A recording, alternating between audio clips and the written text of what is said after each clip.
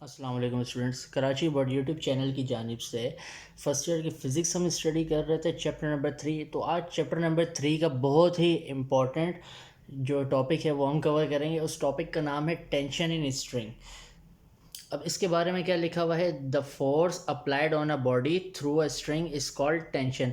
यानी जो फोर्स किसी भी बॉडी पे अप्लाइड होती है, ठीक है, तो उस फोर्स के जो बिल्कुल अपोजिट होती है ना, एक और फोर्स लग रही होती है, उस फोर्स को हम कहते हैं टेंशन। ठीक है। अब motion of body is connected by a string. ठीक है। अब हम केस नंबर 1 के बारे में स्टडी करेंगे, तो उसको थोड़ा सा डायग्राम के थ्रू मैं आपको समझाता हूँ। लेट से ये हमारे पास जो है एक पुली है, फ्रिक्शनलेस। इसके साथ एक हमारे पास बॉडी है, इसका नाम है ए, इसका जो मास है वो m1 है। ठीक है। और इसी तरीके से एक बॉडी है, उसको हम कहते हैं बॉडी बी, उसका मास है m2। अब ये बॉडी जो है ये नीचे एक्सेलरेट कर रही है क्योंकि ये भारी है, और ये एक्सेलरेट कर रही है ऊपर। अब इसका जो वेट होगा वो वेट की डायरेक्शन कहाँ होगी, इसकी वेट की डायरेक्शन नीचे होगी, W1। और इसके वेट की भी डायरेक्शन कहाँ होगी, वेट की हमेशा डायरेक्शन कहाँ होती है, नीचे होती है। इसका वेट है W2। अब जो वेट लग रहा है, वेट भी एक फोर्स है, तो इसके जो स्ट्रिंग है, जो धागा है, इसके अंदर भी एक फोर्स पैदा हो रही होगी। उस फोर्स को हम कहेंगे टेंशन। यहाँ पे भी एक फोर्स पैदा हो रही है क्योंकि यहाँ पे भी वेट है। इसके अपोजिट धागे के अंदर एक फोर्स पैदा हो रही होगी, वो टेंशन फोर्स होगी। अब हम इसको थोड़ा सा देख लेते हैं कि केस 1 है, याद रहे। Consider two bodies A and B. दो बॉडीज हैं ए और बी, उनका जो मास है m1 और m2 है respectively, such that both bodies are hanging vertically. दोनों बॉडीज जो हैं वो वर्टिकली लटक रही हैं। जो मास ऑफ बॉडी ए है वो ज़्यादा है बॉडी बी से। Mass of body A is greater than body B which moves downward. जो ए है वो डाउनवर्ड मूव कर रही है, एक्सेलरेशन कर रही है ए के साथ, और बॉडी जो बी है वो अपवर्ड मूव कर रही है ए के साथ। डायग्राम में हमने देख लिया था। ये डायग्राम आपने इसी तरीके से बनानी है। अब हम देखते हैं, हेडिंग डालते हैं motion of body A. Motion of body A देखा जाए, बॉडी ए के अंदर बॉडी क्या हो रही है, नीचे आ रही है। तो इसका मतलब जो वेट है इसका वो ग्रेटर देन है किससे, टेंशन से। तो हम क्या करेंगे, फोर्स ऑन बॉडी ए, छोटा सा ए लिखेंगे, इक्वल करेंगे। ज़्यादा क्या है, नीचे आ रहा है, तो इसका मतलब वेट ज़्यादा है। वेट में से माइनस कर देंगे किसे, टेंशन को माइनस कर देंगे। फोर्स का फॉर्मूला एम ए होता है और वेट का एम जी होता है। तो यहाँ पे एफ ए की जगह हम लिख देंगे एम ए। लेकिन बॉडी ए की बात हो रही तो यहाँ पे उसका मास क्या था, m1 था ना, तो हमने यहाँ पे m1 लिख दिया। और यहाँ पर जो है वेट वो क्या है, mg। बॉडी ए की बात हो रही, इसका मास m1 है, और माइनस टी, इसको इक्वेशन नंबर 1 का नाम दे देते हैं। अब आगे चलते हैं। इसी तरीके से motion of body B. Body B जो है वो आपको मैंने बताया था कि वो ऊपर मूव करे, इसका मतलब टेंशन जो है वो ज़्यादा है किससे, वेट से। तो उसको ऐसे लिख दिया हमने। अब टेंशन में से माइनस करेंगे वेट को हम, W2 को। ठीक है। और ये बराबर होगा किसके, फोर्स ऑन बॉडी बी के। फॉर्मूला लगाया हमने MA। ठीक है। मास जो है वो क्या है हमारे पास, बॉडी बी का m2।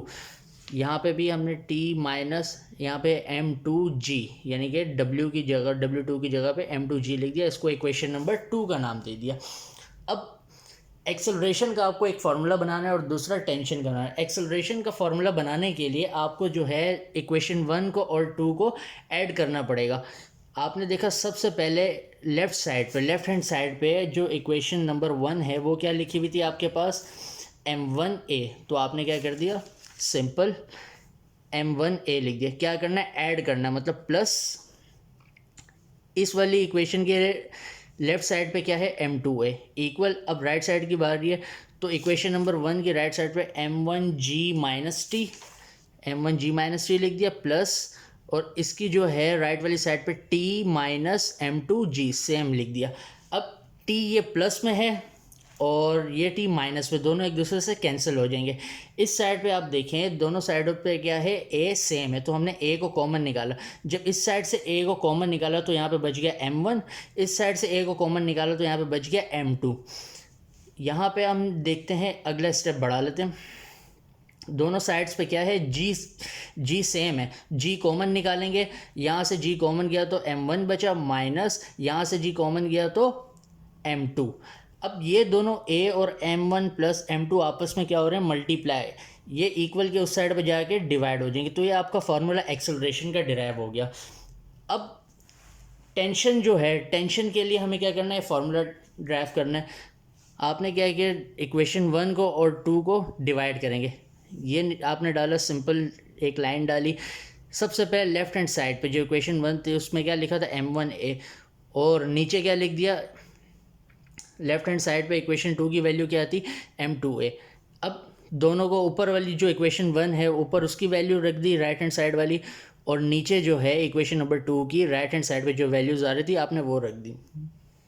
ऊपर और नीचे जो चीज़ सेम होती है उसे हम कैंसिल कर दें, एक्सेलरेशन सेम है इसको हमने कैंसिल कर दिया। टेंशन भी कैंसिल हो सकते हैं, लेकिन अगर टेंशन को कैंसिल कर देंगे, हमने फार्मूला तो टेंशन का बनाना है, अगर कैंसिल होगा तो टेंशन का फार्मूला नहीं बन पाएगा। तो अब हमने क्या किया, ये चीज़ क्या है, ये नीचे डिवाइड में इक्वल की उस साइड पे जाके m1 के साथ ये मल्टीप्लाई हो जाएगी। अब m1g माइनस टी जो है ये उधर जाके m2 इसके साथ मल्टीप्लाई हो जाएगा। अब आपने सिंपल इसको पहले इससे मल्टीप्लाई किया तो m1t हो गया माइनस m1 m2g, ठीक है। अब इसी तरीके से आपने पहले इसको इससे मल्टीप्लाई किया, ये हो जाएगा m1 m2g, माइनस का साइन डालेंगे और इसको इससे मल्टीप्लाई कर देंगे m2t, या आपने इस तरीके से इसे राइट कर लिया। अब उसके बाद जो t वाली वैल्यूज़ है उसको एक साइड पे लें, ये हमारे पास t वाली वैल्यू यहाँ पे पहले से मौजूद है, तो ये माइनस की है, इधर आके इक्वल के प्लस हो जाएगी। m1 m2g पहले से लिखा हुआ है, ये वैल्यू माइनस की, ये भी उधर जाके प्लस हो जाएगी। एक m1 m2g, एक m1 m2g, कितने हो गए, 2 m1 m2g हो गए, ठीक है। अब यहाँ पे दोनों साइड्स में t कॉमन आ रहा है, यहाँ से जब हमने t को कॉमन निकाला तो m1 बच गया, प्लस यहाँ से t कॉमन गया तो m2 बच गया।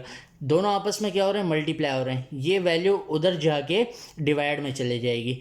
तो ये हो गया टेंशन का फॉर्मूला जो न्यूमेरिकल में काम आया है। आई होप आपको समझ में आया होगा। वीडियो को लाइक करें, शेयर करें और चैनल को सब्सक्राइब करें।